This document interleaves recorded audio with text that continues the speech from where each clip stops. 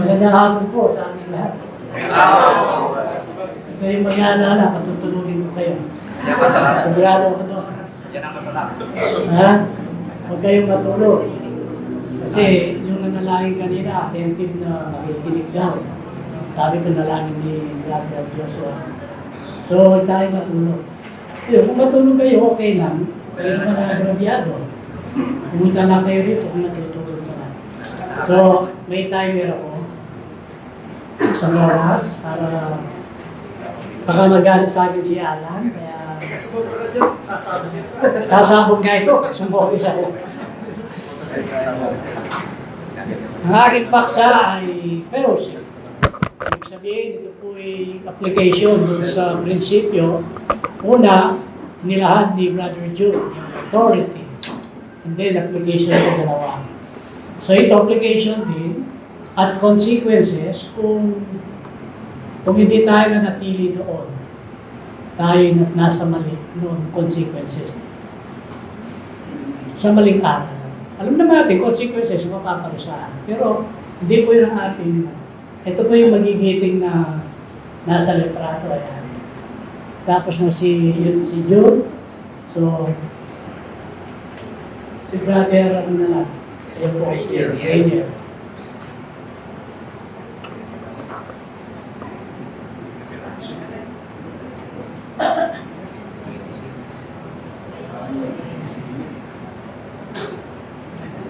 Tutuon po natin ang ating pag-aaral, fellowship sa second January. Fellowship po ay napakalawak na pag-aaral. So, kailangan may direction po tayo pupuntahan. So, ang ibinigay po sa akin ng maselan na host.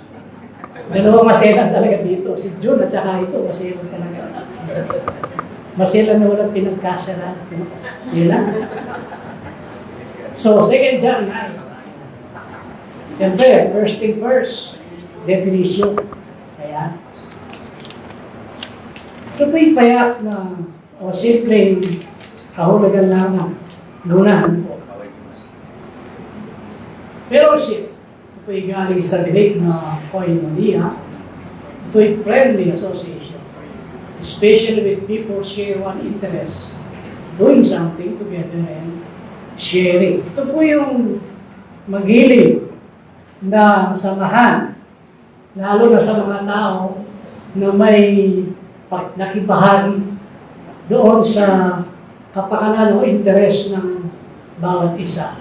Kaya sila nagkakaisa dahil meron silang common interest, kaya fellowship. Ito yung partnership, association, and communion. Partnership, halimbawa, sa negosyo, partner kayo.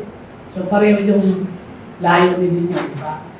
So, yun, magkapareho. Kaya kayo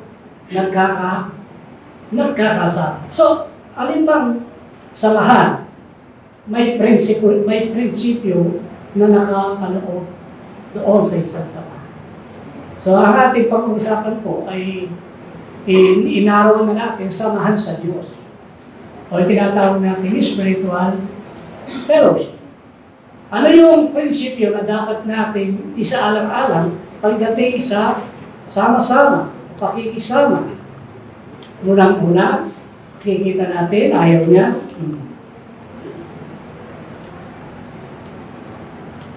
Spiritual fellowship involves unity. O, siyempre, may pagkakaisa. Alam naman magkasama kayo kung hindi kayo kakaisa, di ba? Yun ang prinsipyo talaga. Involves unity. Dito natin, muna, itong tao ito, may fellowship siya sa Diyos. Unity is oneness is the result of fellowship. Walang pagtutulpo doon. Kahit si Abo, sabi niya, can two walk together unless they are agreed. Kailangan may agreement ang bawat isa, kaya sila nagkakasama.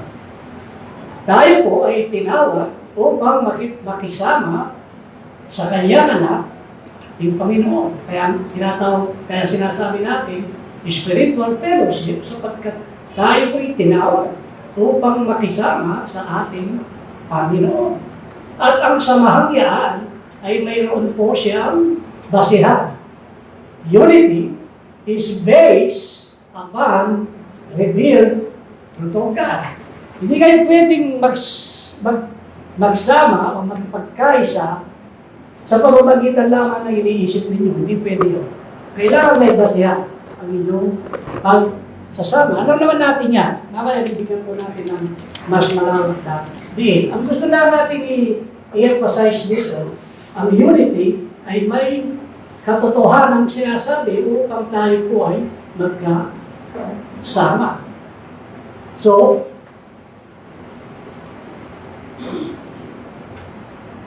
unang-una, either ikaw ay sa Diyos o ikaw ay sa mali. Dalawa na pagpipilian mo. Kung ikaw'y may pakikisama sa Diyos, so therefore, sa Diyos ka makisama. Hindi doon sa kalaban ng Diyos. Compromise po yun. Yun ang baliktad na kabaliktaran ng unity. Dapat, there's no compromise. Ang sabi ng ating Panginoon, ang sa akin, ang hindi sa akin ay laban sa akin. There's no middle ground. There's no compromise. Kung tayo sa Diyos tayo. Hindi pwedeng sa Diyos ka, and then at the same time, doon ka sa mali. Compromise po yan. What is compromise? Compromise, a middle way between two sides. Ika'y naka-gitna. Both sides. Hindi sabihin na compromise. An accommodation in which both sides make concession. Ano ibig sabihin ng concession? Setting differences. What is concession? Things given up or allowed to reach an agreement or settle dispute or gain advantage. Ginagawa ninyo, nag-uusap kayo, compromise kayo, para meron kayong agreement. So, pwede. Sabi mo, pwede naman natin gawin yan. Pero pagdating sa spiritual fellowship, walang ganon. Idirigay sa Diyos, sa panig ng Diyos, o ikaw ay sa panig ng mali. Yan po ang ating makikita doon. Sinasabi lang natin ito sapagkat diyan po, dadaan tayo sa ganitong kaisipan. Kaya may aral dito upang ating bigyan ng pansin. Ano po? So, ayan po yung nakita natin. So, biblically speaking naman, pwede ba yung compromise sa Biblia? Ano sabi ng Biblia? 2 Corinthians 6:14, huwag kayong makipamato sa kabilaan. So, there's no compromise. Di pwede.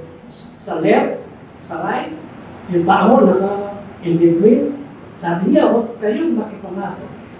Sabi niya, sapagkat anong pakikisama o fellowship, mayroon ang katwiran sa kalikuan. Pakikisama, communion, mayroong kaliwanagan sa kadiliman. Anong pakikikasundo o accord? Mayroon si Kristo kay Belial. Ito po yung ibang pangalan ni Satanas. Sa anong bahagi o part?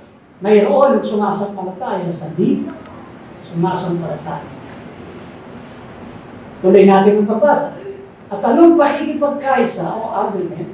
Mayroon ang templo ng Diyos sa mga Diyos-Diyosan. Sapagkat tayo templo ng Diyos na buhay. Gaya ng sabi ng Diyos, manahan kayo sa kanila, lalakad ako sa kanila, at ako'y magiging kanilang Diyos at sila'y aking magiging bayan. O, sabi niya, huwag kayong makibahagi. Direct statement. Huwag kayong makibahagi o fellowship sa mga walang papakinabang gawa ng kadiliman, kundi inyong bagkus sa mata. So, summarize natin. Ayan po. Ayaw na naman. Equally yun, sabi niya. Common words. Fellowship. Ito yung mga kataga na ginamit kanina.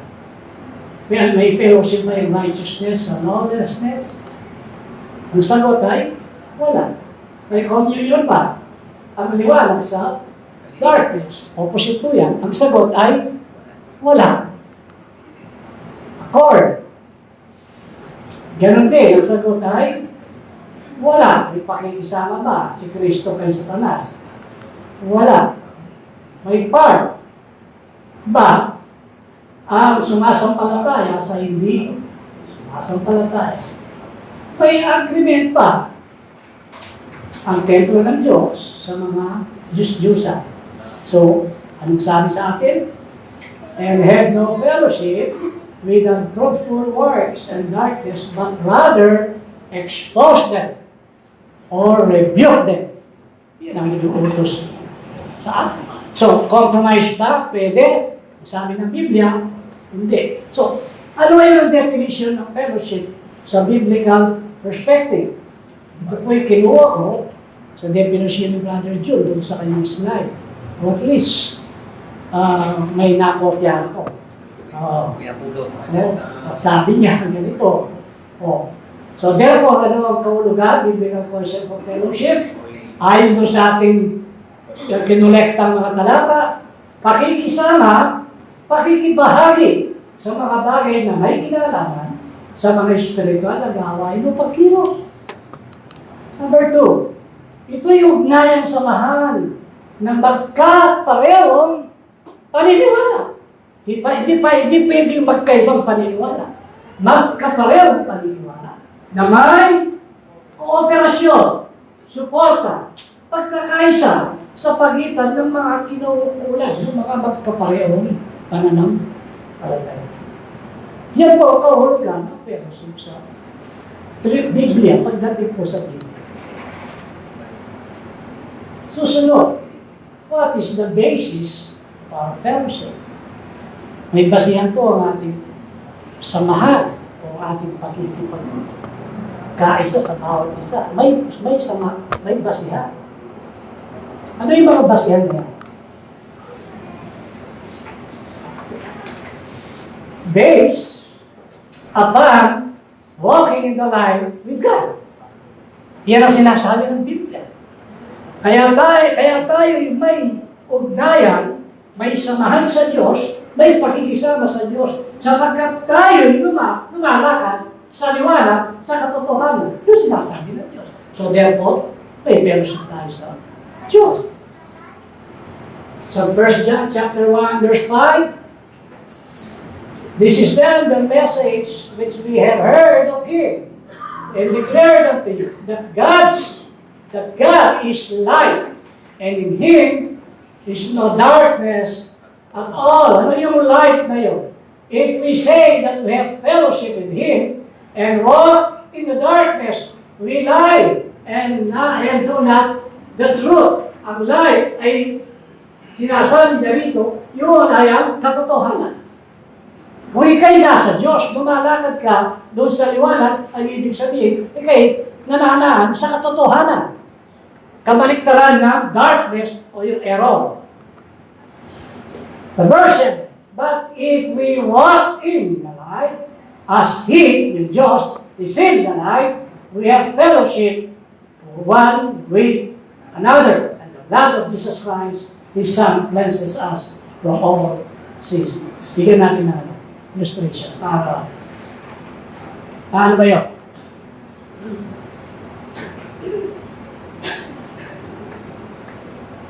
So nakita natin, itong man A, saka yung man B, pareho sila lumalakad. Sabi niya, this man walk in the light, then he has fellowship with God.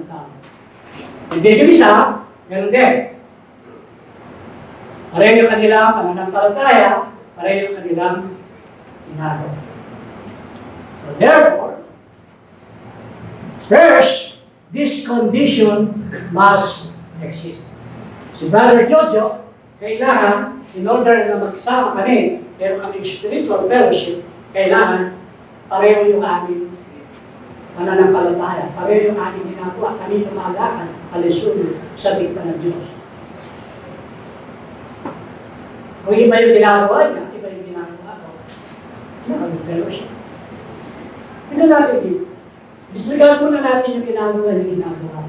Pareho yung ginagawa niya, hindi lumalakad kami sa liwanag. So, ito muna yung kondisyon. Kailangan kayong pareho lumakad sa katotohanan o sa liwanag. And the second, before this condition can exist, if both men are walking in the light, then they have fellowship with each other. Kung lumalakad siya sa katotohanan, lumalakad ako sa katotohanan. Therefore, kami fellowship. Amin po natin yung sa Diyos. Diba? Amin muna natin yun. Negative. But, if either of them are not walking in the light, kung sino na sa kanila ay hindi lumakad sa katotohanan, there is to be no fellowship between them. Walang fellowship. Yung lumalakad sa totoo, sa liwanag, doon sa hindi lumalakad. So there is no fellowship. Anong gagawin ngayon ng tao? Expose. Yan ang utos ng Diyos. So therefore, ito mahirap. Nagbabantayan tayo. Mahal mo yung kapatid mo, binabantayan mo siya. Ang mahirap sa iba, mga kapatid. Pag sinabi mo yung mali, nagkagalit sila. Huwag naman sana kasi gusto nating ma-preserve yung purity ng friendship. At nasa kayo, pareho tayo makarating sa sabi niya, expose. Binasin ko na. Kung mahal mo ang kapatid, sinasabi niyo yung mali. Diba? Ano ba yung isa? Based upon the doctrine of Christ. Sa 2 John 1:9, ito na yung crucial. Papunta na tayo sa 2 John 9. Kasi sabi sa akin, punta ka sa 2 John 9. Yung maselan. Sino maselan? Sabi niya, whoever transgress and do not abide in the doctrine of Christ does not have God. He who abides in the doctrine has both the Father and the Son. So makita natin dalawa na yun. To walk in the light, yun ang katotohanan, is to live and abide in the doctrine of Christ. Pagsamahin natin yung lumalakad sa liwanag. Kasi may maling notion kasi yung mga iba. Gusto lang natin i-sideline, yung sideline. Yung iba kasi sinasabi nila, yung doctrine of Christ diyan, yun ay patungkol lang kay Kristo nung siya yung nagkatawang tao.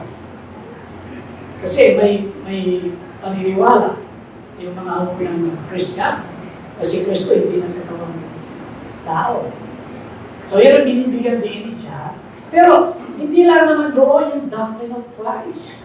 Hindi lang naman yung doctrine of Christ doon. Kasi, for the sake of argument, the doctrine of Christ. E paano yung katotohanan? Yung buong katotohanan. Pag pinagsama mo yan, yung doktrina, ibig sabihin, hindi lang kay Kristo, it is not, hindi lang, ano tawag dito, kinokontrol o hindi lang doon kay Kristo. Ang sinasabi, the doctrine of Christ, yung sinabi ni Kristo, yung lahat ng sinabi ni Kristo, yan ang tinutukoy sa doctrine of Christ.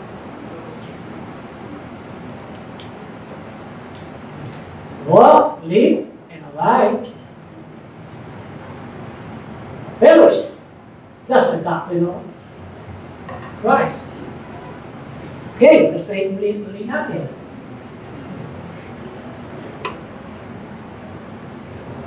Live and abide in the doctrine of Christ. And then yung isa, live and abide in the doctrine of Christ. Resulta,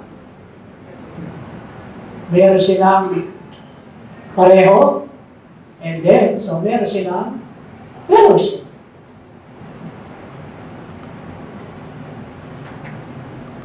Kamukha nung kanina. Tapos na tayo ba?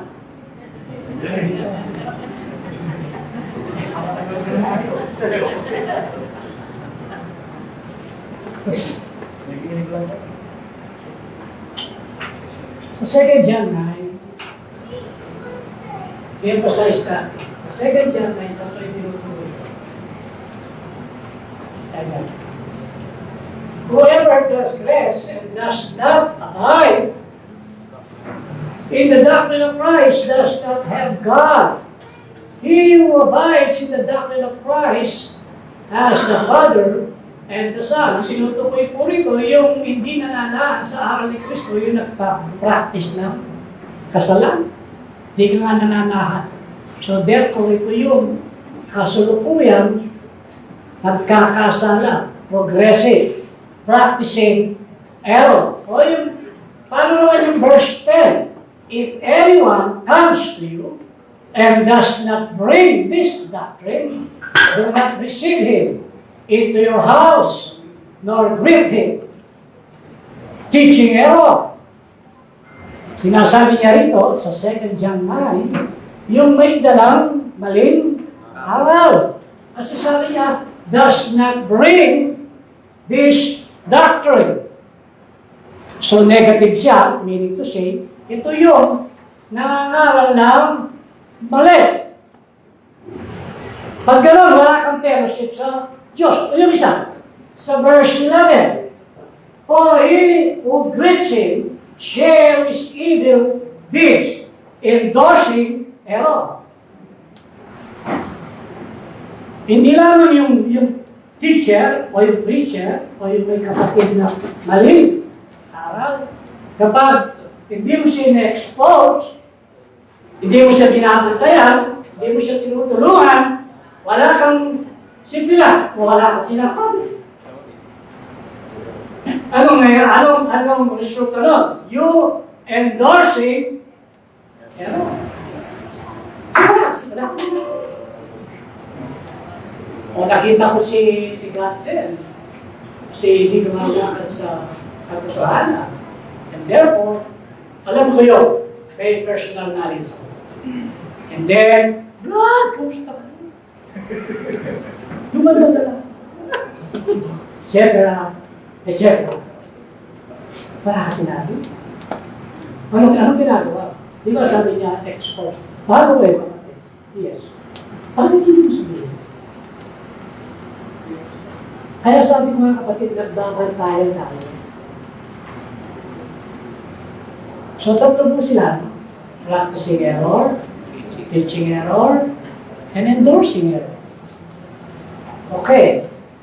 Eh, halimbawa si brother, pasensya ka na. Ano lang? Halimbawa. O si brother Gadget, ano ko na, tuloy-tuloy ko na. Mali yung kanyang, meron siyang maling harap. Maling. So si brother Lord din naman, nandun. So si Matapang, kaya si brother Lord, tama naman yung kanyang, tulog, kahit siya tama yung kanyang pananampalataya. Yung isa, pwede ba siya mahawak?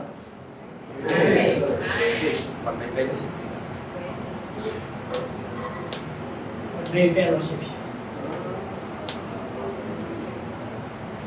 Kasi you're endorsing. You're not rebuking. You're not rebuke. Ibig na i-rebuke mo. Ito yan sinasabi mo kanina. Ang sabi ng Biblia, you have no fellowship with the fruitful works of darkness, but rather reprove them. Expose them. So maaari ito. Anong problema niya ngayon? Guilty siya sa 2 John. Guilty siya ngayon sa 2 John. Bagamat tama, yung kanyang kaisipan, mali yung kanyang pakikipan. Second John 9.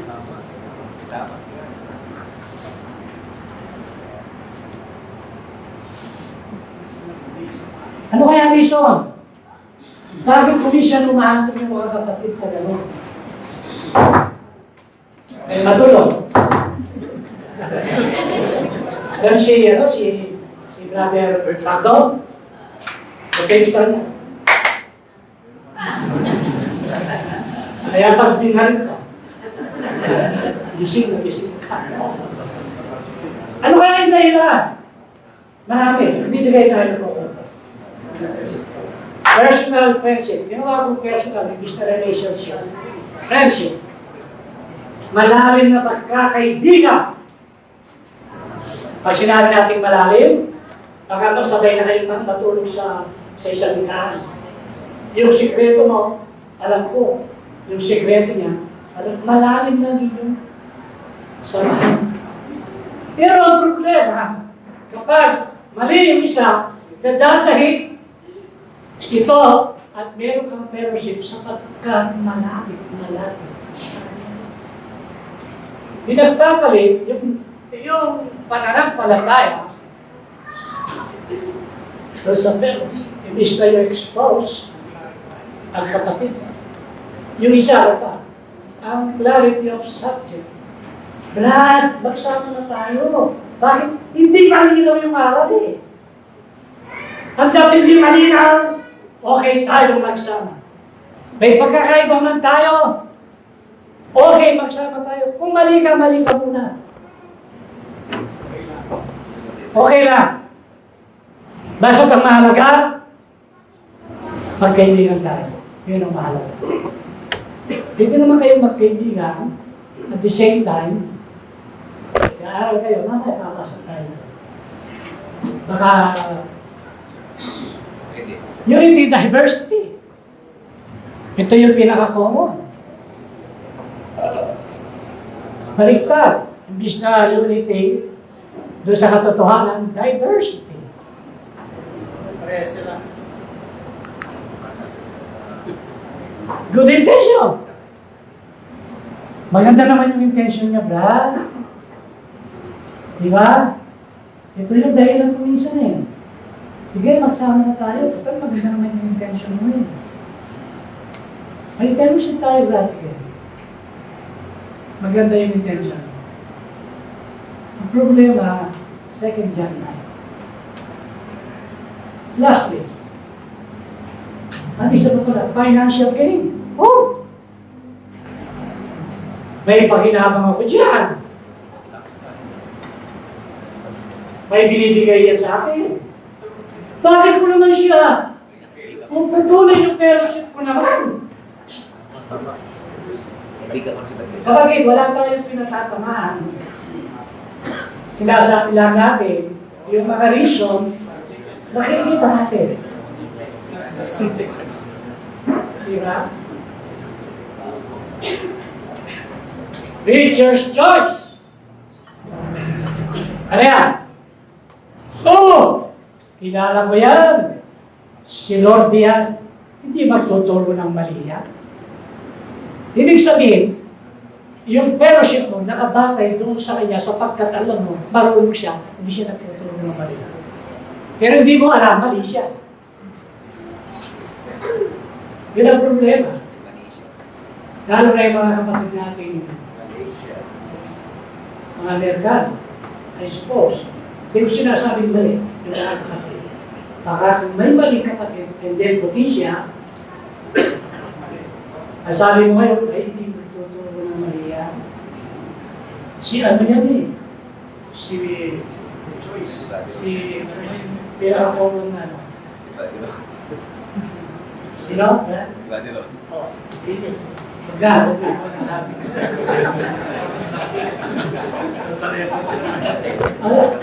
Alam ko yan, si Jim Macola. Hindi magtuturo ng mali yan. Hindi ka na mag-airport.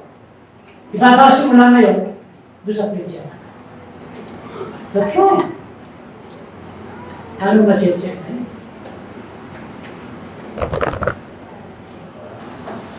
Ito yung pinaka-crucial.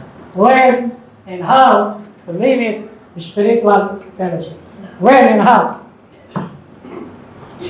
Hindi ko na pinahaba. Kasi kahit konti lang, naiintindihan naman natin. Sabi ng librong binasa ko, mas maganda kanya kung konti na lang para nasa isip nila. Kaysa naman sa marami, baka maglaban-laban sa isip niya. Mahihihito siya. When and how? First thing. First, consider the implication of the teacher's doctrine. Ito muna yung titignan natin. Kasi kung di siya nagkakagulo, ang fellowship, yung pinag-usapan nyo, irrelevant. Pumunta ka sa Japan, nag-Lord Supper sila, sabay-sabay. Diba sa road na yan? Hintayin nyo muna yung... And then, susunod na naman. And then sabi niya, wala akong fellowship sa mga doon. Bakit gano'n yung Lord Supper niya? Kaya nga, yung teaching mo na, yung implication, tingnan natin. Number 1, things to consider. Mag-isip tayo. Matters of liberty. Ito yung doktrina na sinasabi ng doktrina ni Kristo na sinasabi, Romans 14, pwede kayong magsama sa mga bagay na wala kinalaman sa kasalanan. Yung mga bagay doon malinis. Gawin mo ito, hindi ka nagkakasama sa Diyos. Gagawin mo yan, okay din sa Diyos. Pero ang problema, yung mga involved, naglalaban sila. Doon sa kanilang differences, doon sa kanilang liberty, na pwede naman nilang gawin yung bagay. Ang problema, gusto ng isa, ito yung gawin mo. Dapat kong gawin yan. Ito yung mga bagay, the matters of liberty, tignan natin, baka Romans 14. Sinasabi ko po, Romans 14, mga bagay na walang kaugnayan sa kasalanan. Hindi ka magkakasala. Ito yung mga bagay na liberty. Number 2, mga bagay na walang kinalaman sa kaligtasan. Matters that will not implicate salvation. Baka yun ang issue. Baka iniisip nila. Ilan ba ang anak ni Eva? 3. Hindi, may anak na babae. Ay, hindi, 3 lang. Wala kang fellowship sa'yo. Ganyan pa mag-isip. May meron ba sa kaligtasan yun?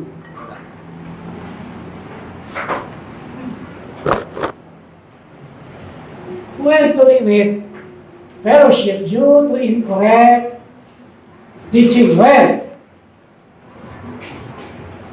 take initiative action. Bago po tayo pahatong doon sa this fellowship, withdrawal of fellowship, no fellowship, it is a case-to-case basis kung ang pinag-uusapan kung kailan. Tignan natin, ha? Lagay po natin sa ating kaisipan nito. Kung halimbawa, matters will implicate salvation, kailangan po tayo mag-aralan. Subject for correction, disciplinary, disfellowship, etc. Tinuturo po ng Biblia. Yung mga kapatid na nagkakasala, ang Richard, tinutuloy po yan. Kailangan mo gawin yun. Hindi ka agad disfellowship. Hato muna kayo sa aralan. Sa 1 Timothy chapter 4, verse 1 to 4, sa 1 Timothy chapter 5, verse 1-20, and sa 1 Corinthians chapter 5. And then number 2, yung mga baguang nakakaral. O kaya yung mga baguwa sa pananampalataya. Minsan yung kanilang pananaw, kaisipan, ay mali. Out of ignorance. Baby pa sila sa pananampalataya. So, bigyan natin ng kuha. Bigyan natin ng chance yung mga kapatid. Si Apollos. Alam niyo yung kaso ni Apollos? Hindi ba kinorek siya ni Hila, Priscilla? Disfellowship ba kagad? Disfellowship ba sa kanya? Hindi. Incorrect. Ganun yun po. So, willing to discuss the subject and learn. Kung ang isang kapatid, bukas yung kanyang line, bukas yung kanyang kaisipan na pag-aralan ang isang bagay, so therefore, hindi mo mapinuputol ang iyong fellowship. Kasi sinabi mo yung mali. Base parang Brother Archie, may mali. O siya sabi ni Brother Archie, sige brother, pag-aralan natin. So, pag-aralan, di ba? Ganun talaga yun. So, it is a case to case. Meron naman sasabihin niya, ay, dito na ako. Okay na ako rito. Ito na yung paniniwala ko. That's the time. Kukulang yung fellowship mo sa kanya. Kapag sabi niya, yun na yung kanya,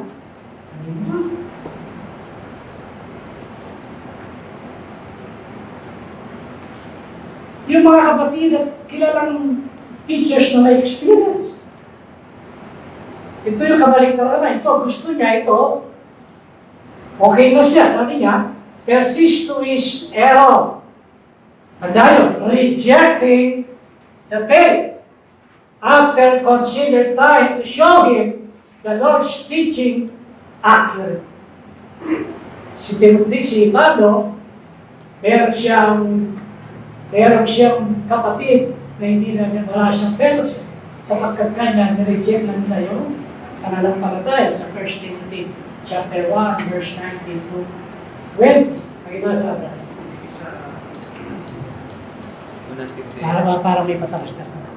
Yes, sir. Unang Timoteo 1 verse 19. Naingatan mo ang pananampalataya at ang mabuting budhi na nang itakwil ng iba sa kanila ay nangababag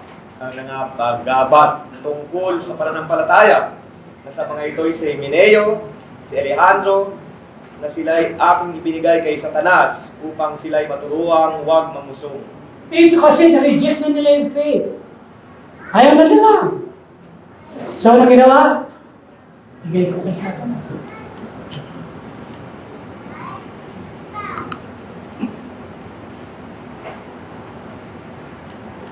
How to live in fellowship due to correct teaching. How? By love, humility, gentleness.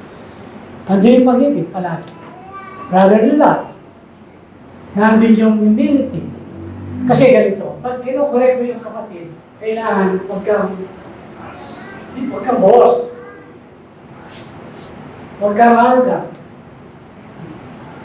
Kahit gusto ng kapatid, pag pinagsabihan mo yan from head to ground, ano mayayari? Baka maubusan ng buhok yan.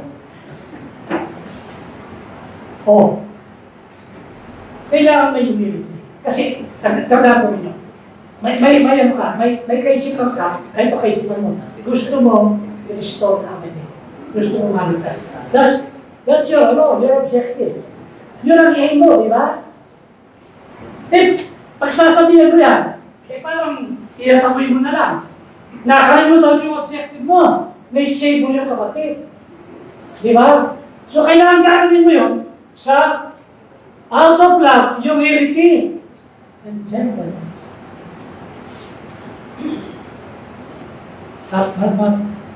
Sandali na lang tayo. Hindi ko alam yung ito. Mga kapatid, kung sino may nasa kung anumang pagsuway, kayo mga sa Espiritu inyong papanumbalikin ang gayaw sa Espiritu kayong hinan na inyong pagwariin ng inyong sarili, baka ikaw ay naman ay matokso. So ano sinasabi ko doon? Ha? Sabi niya, kayo kahit hinan. Kayo din naman, kayong mga kabataan, magsisuko sa matatanda o kayong lahat na nagbibigkis ng kapakumbabaan na kayo maglingkuran sapagkat ang Diyos ay sumasalangsang sa palalo at nagbibigay ng biyaya sa mga kapagpakumbabaan. Yung palalo, yung sinabi natin kanina. Pinamamalik ko sa inyo aking bilanggo sa Panginoon na kayo magsilakad na nararapat sa pagkatawag sa inyo'y tinawag ng buong kapagpakumbabaan, kaamuan, na may pagpapahinood na nagbataan kayo sa pag-ibig. Please, take note, love and long. Pero yung long suffering na yan nga na, ang problema sa mga iba, unlimited yung long suffering, ang nangyari, compromise. Kasi pag, sige, long suffering. Sige, long suffering. Wala na. Yung objectives, nakalimutan na. Compromise na ang bitaw. Hindi na long suffering. Long suffering. Mayangaran. Naalingin naman sa inyo mga kapatid na inyong kalalanin ng mga nagbubulo pala kasi ng mga mahihina. Loob alalayan ang mga mahihina. Maging mapagpahinood. Long suffering. Kayo sa lahat. There's no suffering of an end. Meron ba siyang ending? Ha? Iniiwan natin tanong yan. May ano kami ni cancer, mayroon kami differences. And then, sige brada, pag-usapan natin. Hindi, panayag tayo sa isa, brad. Ang forever na yun. Yun na yun, forever na yun. Hindi na natin inayos. Bakit? Long suffering. Yung nasasabi mo, long suffering, brad. No. Meron pong, di ba sabi may compromise? So, pag gano'n, guilty, 2 John 9.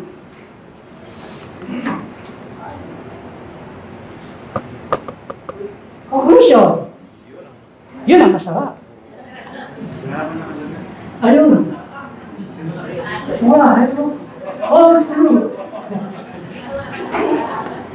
Conclusion. Ang conclusion, inulit lang natin. Conclusion. Illustration lang. Yeah. Itong dalawang ito, so sino pa yung lumalakad? Number 1, we must maintain always be in the fellowship with God. Yan ang po sinasabi. Sa 2 John 9, we will have fellowship with same-minded brother. There is a warning. Ano yung warning?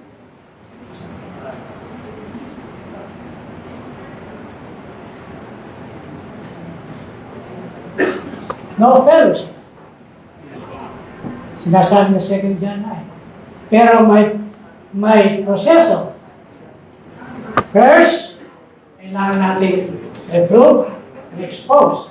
And then paano? Before the no fellowship, meron kang initiative, how? Through love, humility, gentleness, and no suffering. And then no compromise. Kasi long suffering of an end, not unlimited. Thank you.